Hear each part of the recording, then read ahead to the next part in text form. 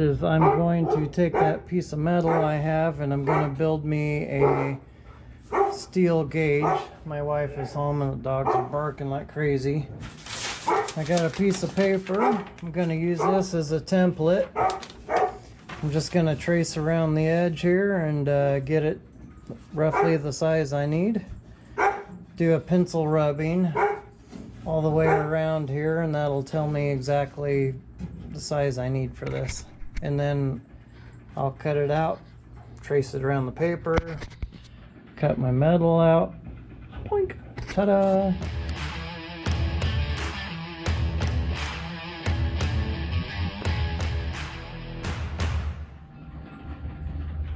Hey guys, something else I thought of. I better grab my other parts. I got my switch. I better figure out where I want to put that. I've stick it over here in the corner. I'm still figuring things out. Well, my headlight switch, I'll probably stuff it down here in the corner. I decided what I'm going to do with the gauges, how I'm going to place them in the switch. I took a picture because it'd just be quicker and easier. That's included right here. And then what I'm going to do now is straighten this back out. And I marked it so I can take about that much off the bottom and add to the top to extend that tab so that it fits on top so that I barely catch the bottom.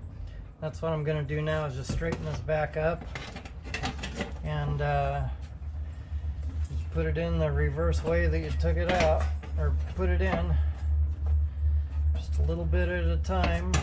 I'm just sticking it in my vise and prying it is all. Don't have to be anything fancy or nice.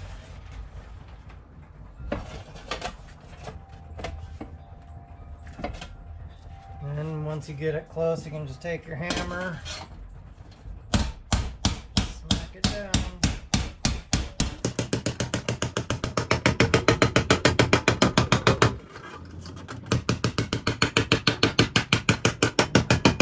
Your mouth will be good.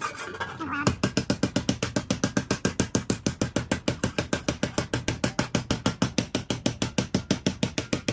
Ta-da! It's flat again. Now I'm just going to come down farther and do the reverse order. It looks like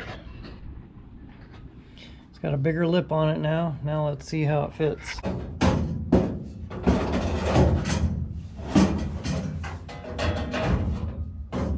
This is what we got. I got my overhang. Something I have an issue with right now is there's loops right here. These were the wire harness loops. There's one here in the corner. There's one here. I can't get that metal underneath there. So I either have to take those off. Distance wise, I think like over here, I'm pretty much right where I want to be. So, and then there's still room down here to sink a screw into. So now I gotta take these off and then come around the roll bar next and my corners and stuff so it fits a little better. Okay, here's the verdict. I took them off. I just wiggled them till they broke. Quickest, easy way to do it. If I want to reuse them, I could always weld them back onto something again. Okay, so what I did was after I took that off, and then this is just sitting there right now. It's got that 90-degree bend in it. That's a terrible example, but it shows it's super high. Of course, I got this shoved way up in this corner over here. But what I'm gonna do is, instead of putting a 90-degree corner in it, I'm gonna relax it and put it at like a 45-degree angle so that it drops down more, and see what that does. Yeah.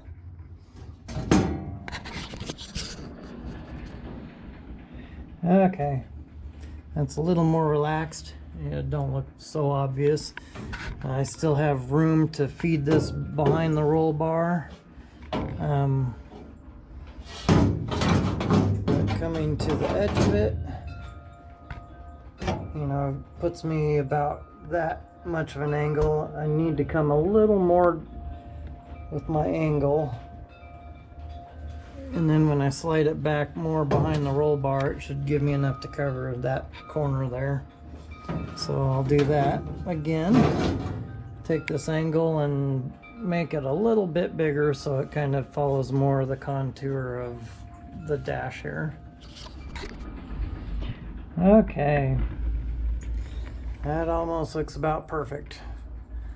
Everything's nice and tight. It's where it's supposed to be. Gaps look good. I got lots of space down there.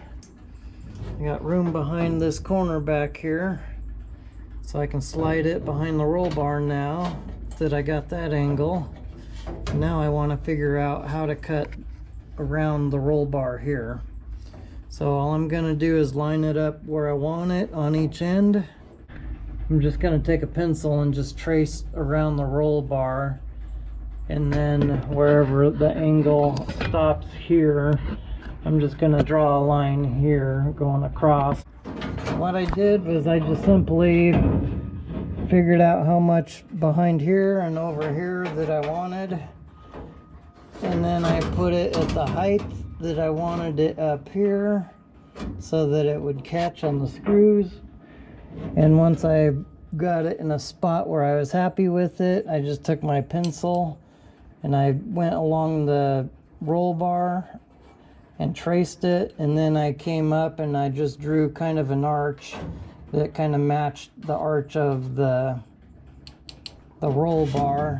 When I did that, instead of coming way up here with that arch, because remember, you're going to bring this closer, and as you bring, after this is cut out, as you bring it closer, if you have your arch way up high and cut it, you're going to have a big gap there. So remember that as you bring it closer, it's going to lower, that gap will lower, so to speak.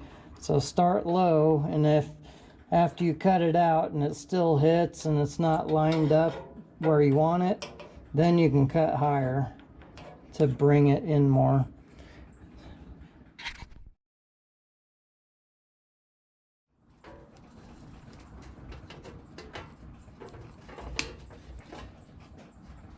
I probably should come lower than what I already have, but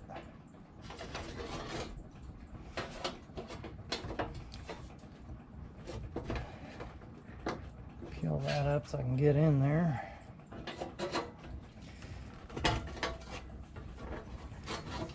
I'm gonna come low, even lower than what I have, just to prove my point in case I goof up. My line is here, but I'm gonna cut it about a ½ inch over. Actually, I'm just gonna cut a straight line and then peel this down. Should have gloves on. Actually, I'm just gonna cut this out.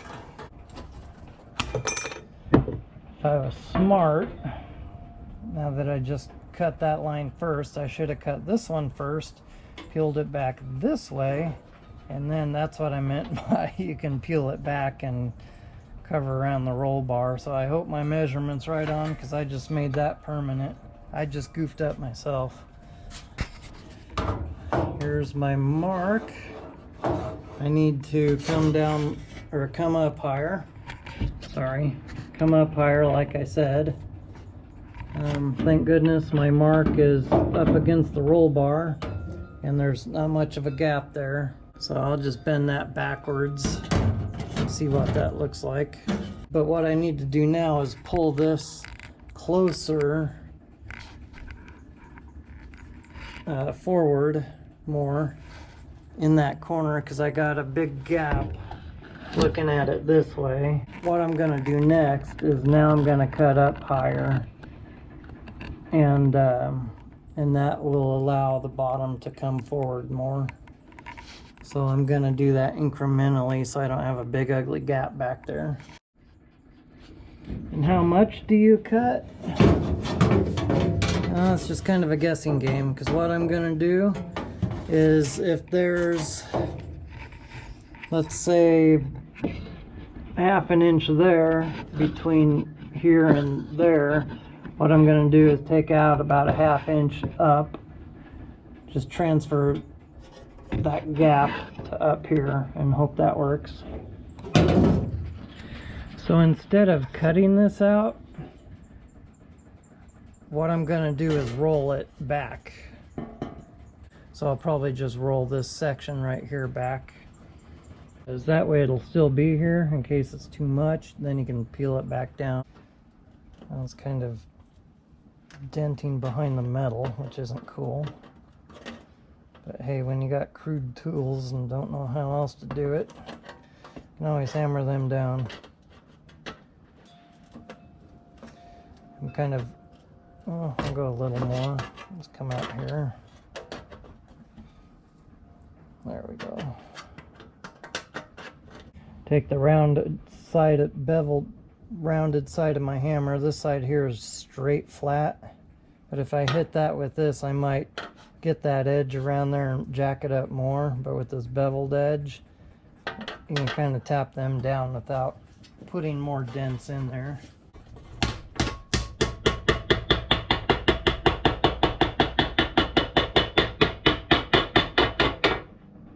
What I'm going to do is just cut up a little more. Just take my chances. I'm trying to bend the metal, but all it's doing is messing up my metal, and I wanted to keep it nice and straight. Now I got a bunch of flaws in it, so I'm just going to cut.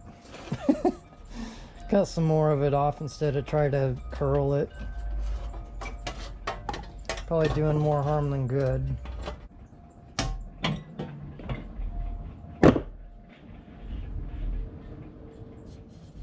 You can see all my pits and stuff like that.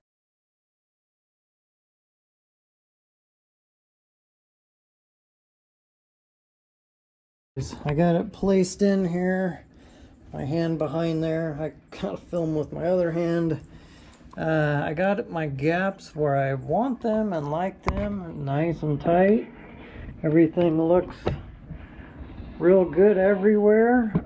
However, when I come to this corner down here, this last tab, but there's not enough meat in the metal for that screw to go through, so I might have to weld on a little spot right there for that screw. But what I'm thinking I'll do next is take and bend the very bottom of this lip of this metal to meet these tabs, especially over here in this corner.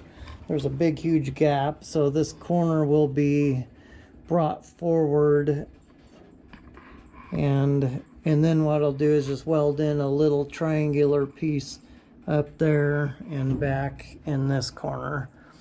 So I'm gonna bend these slightly. I'll take my pencil next and outline these tabs and transfer it onto there so I know where to bend. This is the line that I traced around the tabs. And here's where it met the steering column, the gap in between where it closes in. They kind of came to a point. And then back there's the other tab, and then it curls up and goes up above. So what I'm going to do is take and put this in the vise to this line right here, and then I'm just going to fold this whole thing. Well, I'll come over here to this corner, and I think where the corner makes the bend, I think where it flattens out, I think about right there, I might make a relief cut and then take this piece of metal, or everything down here from that line below, and fold it up so that it comes forward to meet that existing area.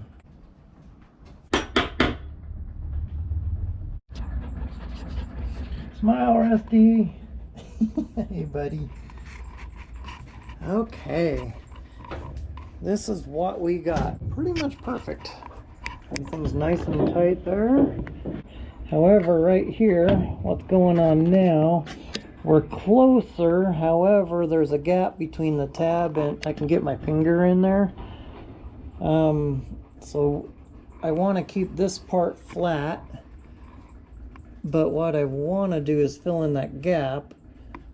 So what I'm thinking I might just do is just kind of hammer this part down a little so that it meets the metal. Just kind of lay it down a little. I don't think it'll create that much of a visual disturbance between here and there. So it's about the only thing I can think of what to do without distorting this flat panel. So I think we're almost done. Well, done shaping it. Rusty's like, did you say done? Here I kind of sloped it gently, but then after I crossed the steering column here, I curled this up a lot more. So there's my relief cut. That's what it looks like. Well, my gaps are all nice and closed and buckled up. I need to weld in the corners, and then I'll be good to go.